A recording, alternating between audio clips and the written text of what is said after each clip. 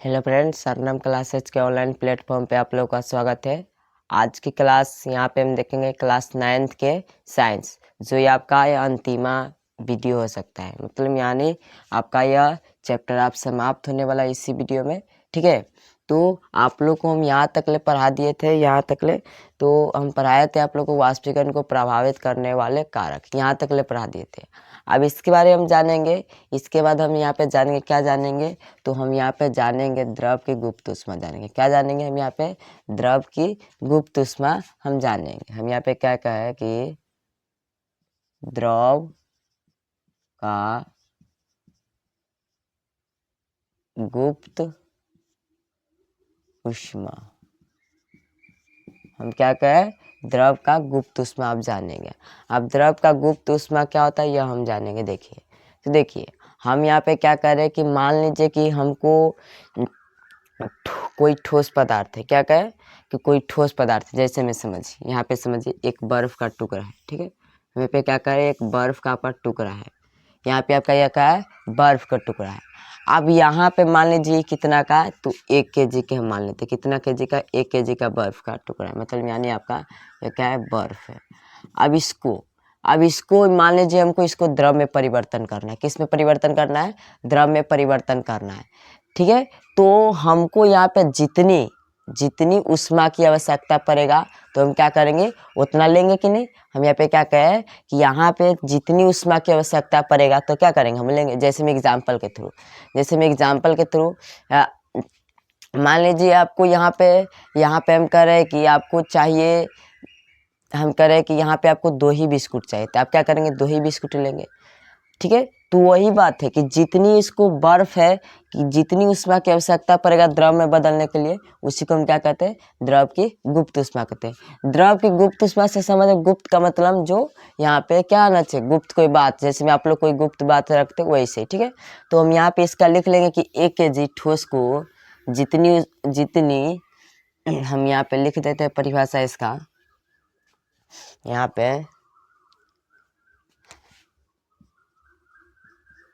1 kg ठोस को द्रव में बदलने के लिए हम यहाँ पे क्या कहें कि 1 kg ठोस को द्रव में बदलने के लिए जितनी ऊष्मा की आवश्यकता पड़ेगी, क्या कहें कि बदलने में जितनी ऊष्मा की आवश्यकता पड़े, तो हम यहाँ पे लिख सकते हैं बदलने में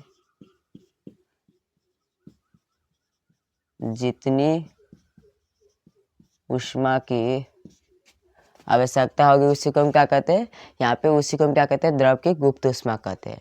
तो हम लिख लेंगे कि 1 kg ठोस को द्रव में बदलने में जितनी ऊष्मा की आवश्यकता होती है तो इसे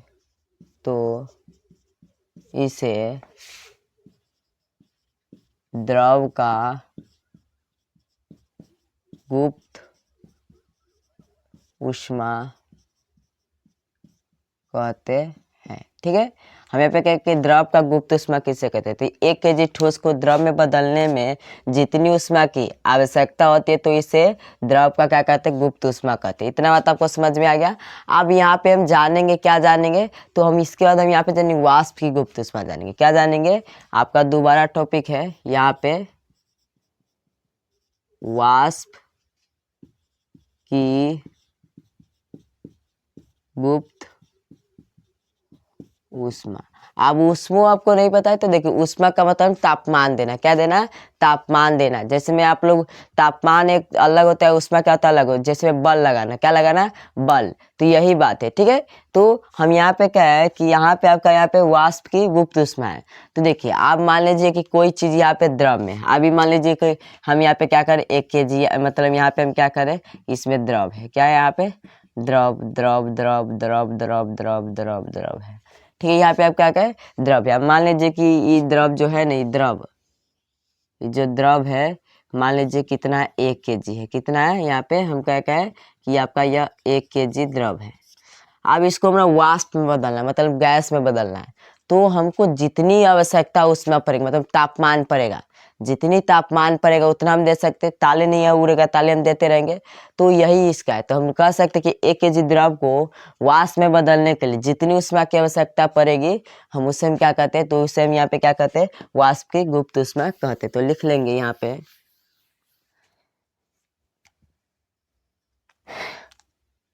1 kg द्रव को वाष्प में बदलने में जितनी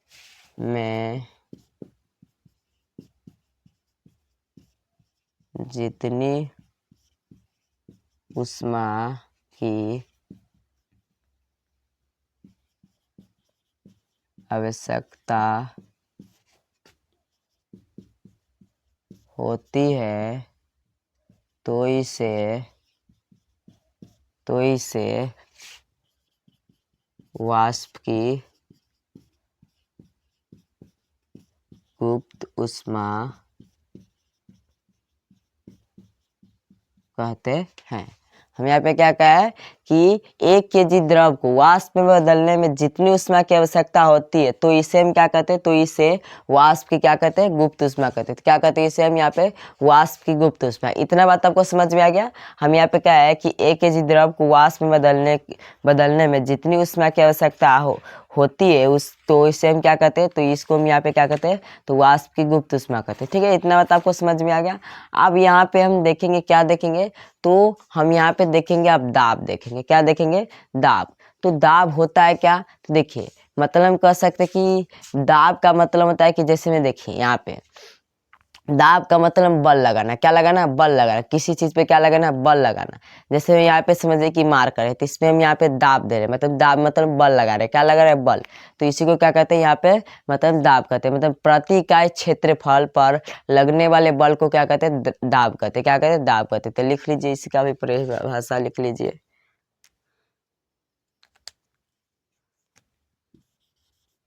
हम कहे दाब। दाब का परिभाषा है कि यहाँ पे हम क्या कहें कि आपका हो जाएगा प्रति एकांक, क्या कहें, प्रति एकांक क्षेत्रफल। इसको मीटर स्क्वायर से भी सूचित करते हैं। क्या करते हैं, मीटर स्क्वायर से भी इसको हम क्या करते हैं, सूचित करते हैं। तो ये प्रति एकांक क्षेत्रफल पर लगने वाले बल को दाब कहते हैं।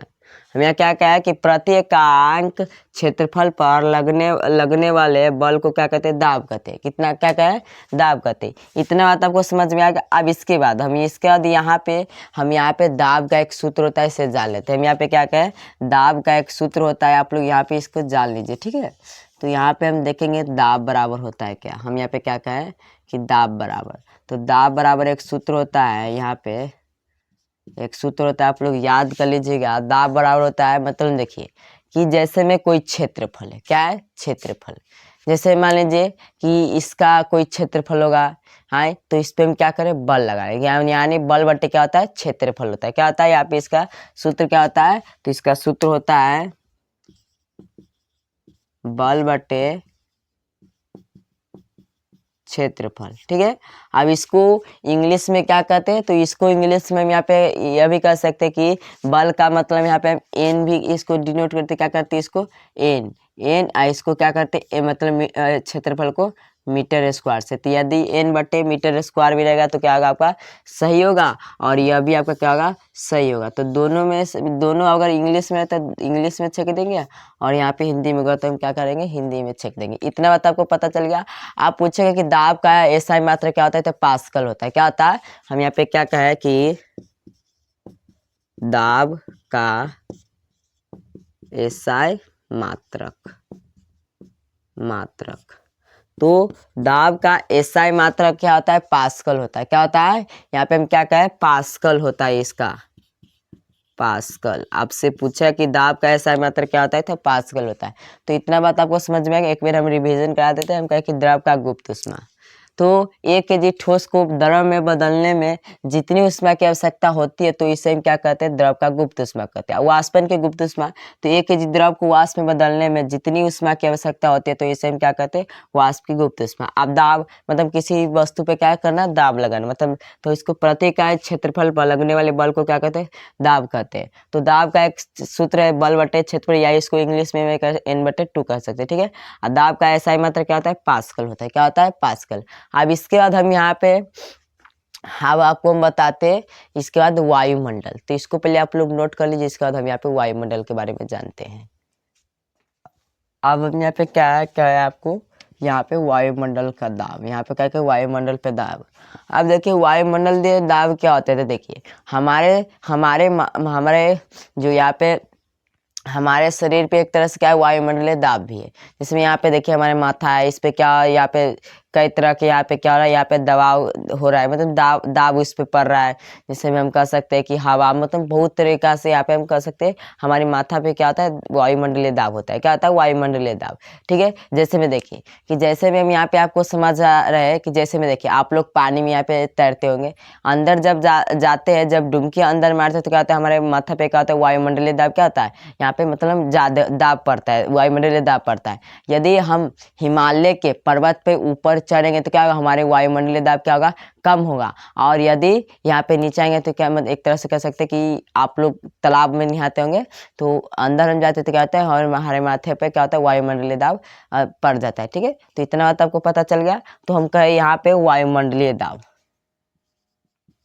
वायुमंडलीय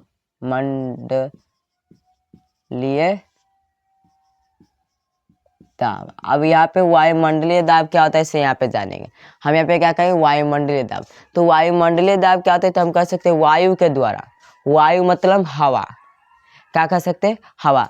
तो वायु के द्वारा लगने वाले दाब को क्या कहते हैं, वायुमंडलीय दाब कहते हैं। क्या कहते हैं, वायुमंडलीय दाब। तो हम लिख लेंगे यहाँ पे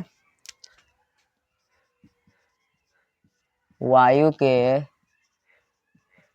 द्वारा लगने वाले दाब को वायुमंडलीय दाब कहते हैं। हम यहाँ पे क्या कहें कि वायु के द्वारा लगने वाले दाब को वायुमंडलीय दाब कहते हैं। इतना तक आपको समझ में आ गया।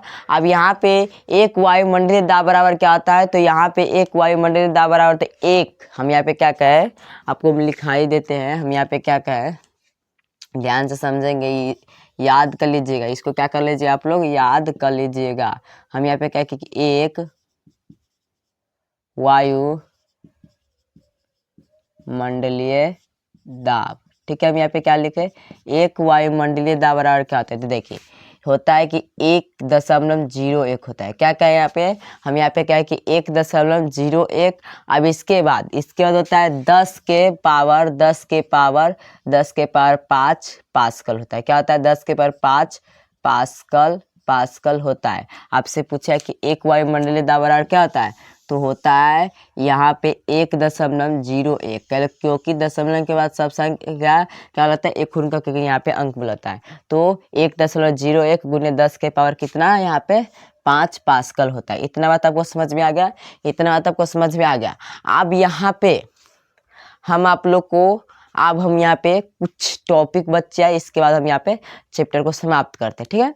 आप लोग, हम बताए थे आप लोग को कि यहाँ पे पदार्थ की 5 अवस्था हम बताए थे। मिनिमम आपको 3 ही पढ़ना होता है, पर हम कहे थे कि अंतिम में जाके मैं मतलब पढ़ा देंगे थोड़ा सा, ठीक है। आपका चौथा का नाम क्या था, बता सकते हैं, चौथा कमेंट करके बताएंगे कि चौथा अवस्था क्या था, चौथा अवस्था और 5वां अवस्था क्या था। हम यहाँ पे क्या कहें, आपका चौथा अवस्था कौन था, और यहाँ पे 5वां अवस्था आपका कौन था, पांचवा अवस्था कौन था, आप लोग बताइए कमेंट करके। तो आप लोग को हम बताए थे चौथा अवस्था प्लाज्मा, क्या बताए थे, प्लाज्मा। क्या बताए थे? यहाँ पे क्या है? प्लाज्मा बताए थे, ठीक है। और यहाँ पे आपको हम बताए थे पांचवा अवस्था बीईसी। बीईसी का मतलब क्या होता है? बोस। बी का मतलब क्या होता है? बी का मतलब क्या होता है? बोस। मतलब सी का मतलब क्या होता है? तो सी का मतलब आइंस्टाइन होता है। क्या होता है? आइंस्टाइन। हम कहते वह सॉरी यहाँ पे हम कहते हैं बीईसी कहते हैं, बीईसी सॉरी यहाँ पे गलती हो गया था। तो बी का मतलब बोस, आई मतलब ई का मतलब आइंस्टाइन, क्या? आइंस्टाइन, ठीक है। और यहाँ पे आप बीईसी, सी का मतलब कंडेंसेंट होता है। क्या होता है? कंडेंसेंट। क्या होता है? कंडेंसेंट होता है, ठीक है। तो हम यहाँ पे लिख ले हैं, हम यहाँ पे क्या कहें? लिखे बोस। क्या कहें? यहाँ पे बी का मतलब बोस। अब इसके बाद हम यहाँ पे देखेंगे, हम यहाँ पे क्या कहें? इसके बाद होता है आइंस्टाइन होता है। क्या होता है? यहाँ पे आपका आइंस्टाइन होता है, ठीक है। तो हम यहाँ पे लिख लेंगे आइंस्टाइन। यहाँ पे क्या कहें? टाइन होता है, टाइन, टाइन, आइंस्टाइन, ठीक है। हम यहाँ पे क्या कहें? आइंस्टाइन। और यहाँ पे बी का मतलब बोस, ई का मतलब आइंस्टाइन, और के का मतलब कंडेंसेट होता है। क्या होता है? कंडेंसेट होता है। ये बात आपको पता होना चाहिए। हम यहाँ पे क्या कहें? आपका यहाँ पे होता है, हम यहाँ पे क्या कहें कि चौथा अवस्था आपका यह होता है कि चौथा अवस्था आपका प्लाज्मा होता है, और यहाँ पे पांचवा अवस्था आपका क्या होता है? बोस आइंस्टाइन कंडेंसेट होता है, ठीक है। इतना बात आपको पता चल गया। तो अब यहाँ पे हम प्लाज्मा के बारे में हम जान लेते हैं। क्या कहें हम यहाँ पे? प्लाज्मा के बारे में। तो आप लोग यहाँ पे इसको, हम यहाँ पे इसको मिटा सकते हैं। तो अब यहाँ पे हम किसके बारे में? प्लाज्मा के बारे में हम जानते हैं, ठीक है। हम यहाँ पे प्लाज्मा के बारे में हम जान लेते हैं। हम यहाँ पे क्या कहें? प्लाज्मा। अब प्लाज्मा होता है क्या? तो यहाँ पे हम समझेंगे। मान लीजिए हम यहाँ पे क्या कहें, आप लोग तनिका ध्यान से समझेंगे। हम यहाँ पे क्या कहें, तनिका ध्यान से आप लोग यहाँ पे समझेंगे, ठीक है। हम यहाँ पे आप लोग को बताते हैं। यहाँ पे देखिए कि मान लीजिए कोई ठोस पदार्थ है। हम यहाँ पे क्या कहें? ठोस पदार्थ, ठीक है। अब ठोस पदार्थ है, अब ठोस पदार्थ को हम क्या कर दिए? हम यहाँ पे क्या कर दिए? गरम कर दिए। क्या कर दिए? यहाँ पे ध्यान से आप लोग समझेंगे। हम यहाँ पे गरम कर दिए तो क्या बन गया? आप ये क्या बन गया? तो आप कहेंगे कि द्रव बन गया। क्या बन गया? आप द्रव बन गया। आप द्रव को भैया हम फेन के यहाँ पे क्या कर दिए? गरम किए। क्या कहिए? हम यहाँ पे, हम यहाँ पे गरम किए। हम क्या किए? तो हम गरम किए। तो हम यहाँ पे क्या कर दिए? गरम कर दिए। तो आप कहेंगे कि यहाँ से गरम किए तो क्या बनेगा? द्रव को गरम करेंगे तो क्या बनेगा? बताइए बताइए बताइए। तो आप लोग कहेंगे कि यहाँ पे जब द्रव को हम गरम करेंगे तो हमको गैस प्राप्त होगा। क्या प्राप्त होगा? गैस। आप यहाँ पे समझेंगे, जब गैस को हम यहाँ पे गर्म करेंगे तो अब हमको क्या प्राप्त होगा? तो प्लाज्मा प्राप्त होगा। यहाँ पे हम क्या कहें? जब हम गैस को क्या कर देंगे? गरम। क्या कर देंगे? गर्म करेंगे तब हमको क्या प्राप्त होगा? तब हमको प्राप्त होगा प्लाज्मा।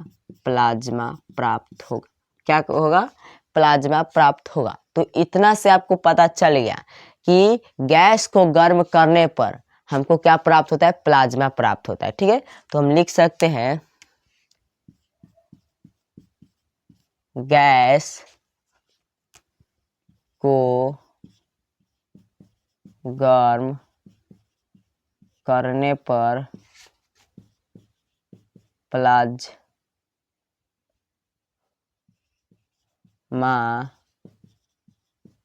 बनता है। हम यहाँ पे क्या है? गैस को गर्म करने पर प्लाज्मा बनता है। जैसे में भी लिख लीजिए, जैसे में भी जरूरी होता है। हम यहाँ पे क्या कहें? जैसे में। जैसे में सूर्य। क्या कहें हम यहाँ पे? सूर्य हो गया। तारे। क्या कहें यहाँ पे? तारे हो गया। यहाँ पे आपका क्या है? सूर्य हो गया, तारे हो गया। और यहाँ पे ये सब क्या है? ये सब क्या है? प्लाज्मा। ये सब आपका क्या है? सूर्य, तारे, आपका ये सब क्या है? ये सब आपका ये सब प्लाज्मा है। क्या है? प्लाज्मा। हम कह सकते हैं प्लाज्मा का क्या उदाहरण है? यहाँ पे कह सकते हैं कि ये सब प्लाज्मा का उदाहरण है। इतना बात आपको समझ में आ गया। तो आपसे पूछेगा कि यदि गैस को गर्म करते तो हमको क्या प्राप्त होता है, तो हमको प्लाज्मा प्राप्त होता है। क्या प्राप्त होता है, प्लाज्मा। इतना बात आपको समझ में आ गया। अब इसके बाद अंतिमा जो बचा है आपका पांचवा अवस्था, पांचवा अवस्था आपका कौन है, बोस, क्या हम कहें कि बोस आइंस्टाइन कंडेंसेट है। तो इसको आप लोग नोट कर लीजिए। इसके बाद आपका अंतिमा टॉपिक है, इसके बाद आपका चैप्टर क्या हो जाएगा, द एंड हो जाएगा। अब हम यहाँ पे क्या कहें, आपका यहाँ पे अंतिमा है, वो आपका क्या है, तो आपका है बोस, यहाँ पे क्या कहें, बोस आइंस्टाइन, क्या कहें, आइंस्टाइन, यहाँ पे क्या कहें, आपका बोस आइंस्टाइन है। क्या है यहाँ पे आपका, यहाँ पे आपका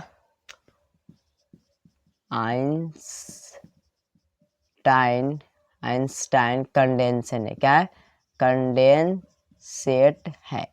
ठीक है, तो यहाँ पे हम यहाँ पे जानेंगे कि यहाँ पे बोस आइंस्टाइन, यहाँ पे क्या कहें आपका बोस आइंस्टाइन कंडेंसेट।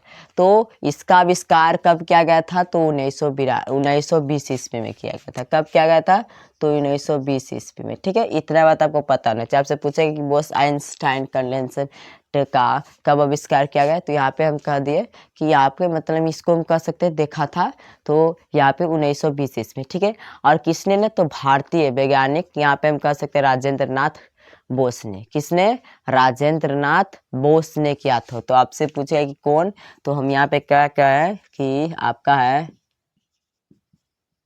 भारतीय वैज्ञानिक, कौन है वैज्ञानिक, वैज्ञानिक का नाम, तो वैज्ञानिक का नाम है, हम यहाँ पे क्या कहें, सत्येंद्र है, सत्येंद्र नाथ बोस है। क्या यहाँ पे क्या है,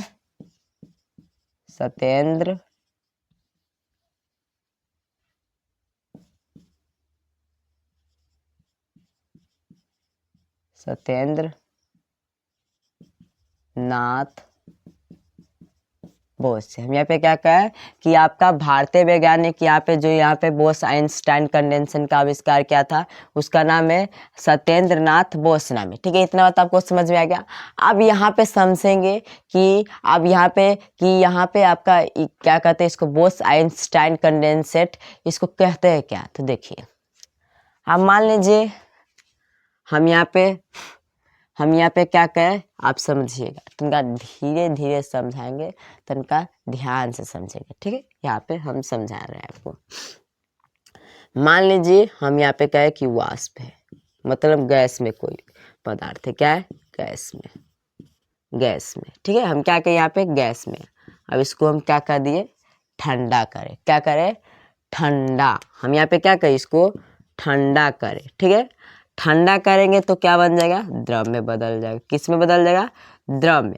अब द्रव में फेन के हम द्रव को क्या कर दिए, ठंडा कर दिए। क्या कर दिए, ठंडा। अब जब इसको ठंडा करेंगे तो क्या बन जाएगा हमको, तो आप कहेंगे कि यहाँ पे ठोस बन जाएगा। क्या बन जाएगा, ठोस। अब ठोस को हम यहाँ पे क्या कहें कि ठोस को यदि हम ठंडा करेंगे, कि ठोस को ठंडा करेंगे तब हमको क्या प्राप्त होगा, तब हमको बोस, यहाँ पे क्या कहें आपको, तब प्राप्त होगा बोस आइंस्टाइन, क्या प्राप्त होगा, कंडेंसेट प्राप्त होगा। तो हम यहाँ पे क्या कहें कि जब गैस को ठंडा करेंगे तो द्रव में जाएगा, द्रव को ठंडा करेंगे तो क्या होगा, यहाँ पे ठोस में जाएगा, ठोस को ठंडा करेंगे तब हमको क्या प्राप्त होगा, तो बोस आइंस्टाइन कंडेंसेट यहाँ पे प्राप्त होगा। तो हम कह सकते हैं ठोस को मतलब ज्यादा, बहुत से बहुत यहाँ पे ज्यादा ठंडा करेंगे ठोस को तो क्या होगा, यहाँ पे ठोसगर, यहाँ पे फेन के ठोस पदार्थ प्राप्त होगा। तो बहुत से बहुत हम यहाँ पे क्या करेंगे, ठोस पदार्थ को क्या करेंगे, ठंडा करेंगे तब हमको क्या प्राप्त होगा। मतलब हम कह सकते कि यहाँ पे माइनस के 250-200 माइनस के सेल्सियस में तब ठंडा करेंगे तब ये आपको क्या प्राप्त होगा, यहाँ पे बोस आइंस्टाइन कंडेंसेट। हम कह सकते इसका परिभाषा आप लोग लिख ही सकते अपना से कि ठोस को बहुत गर्म ठंडा करने पर हमको क्या प्राप्त होता है, तो बोस आइंस्टाइन, यहाँ पे मतलब हम कह सकते हैं कि पदार्थ का पांचवा अवस्था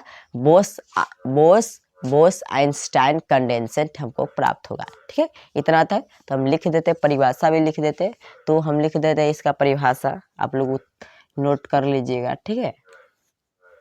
हम यहाँ पे क्या है,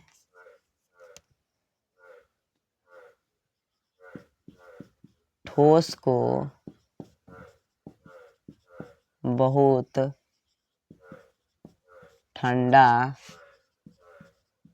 करने पर हम क्या कहें कि यहाँ पे हम कहें कि ठोस को बहुत ठंडा करने पर पदार्थ का पांचवा अवस्था, क्या कौन नाम है उसका, बोस आइंस्टाइन कंडेंसेट प्राप्त होता है। क्या होता है यहाँ पे आपका प्राप्त होता है, तो लिख लेंगे प्राप्त होता है। तो हम यहाँ पे कहें कि बोस आइंस्टाइन कंडेंसर का यहाँ पे हम कह सकते हैं कि आपका यहाँ पे आविष्कार कब हुआ, तो 1920 ईस्वी में। इस किसने आविष्कार किया, तो सत्येंद्रनाथ बोस, मतलब भारतीय वैज्ञानिक सत्येंद्रनाथ बोस। तो हम यहाँ पे कहें बहुत मतलब बोस आइंस्टाइन बनाने के लिए ठोस को क्या करना पड़ता है, ठोस को बहुत ठंडा करने पर पदार्थ का पांचवा अवस्था बोस आइंस्टाइन कंडेंसेट प्राप्त होता है। तो आपका यहाँ पे चैप्टर क्या हो गया, बधाई हो, आपका चैप्टर हो गया द एंड हो गया। चैप्टर नंबर आपका क्या है, तो 1 है, जो आपका क्या हो गया, समाप्त हो गया। तो आपका यहाँ पे आप एक भी वीडियो नहीं देखे तो प्लेलिस्ट बनाए, तो प्लेलिस्ट में जाके एक का करके यहाँ पे 6 क्लास होगा, ठीक है। तो 6 क्लास पूरे देख लीजिएगा।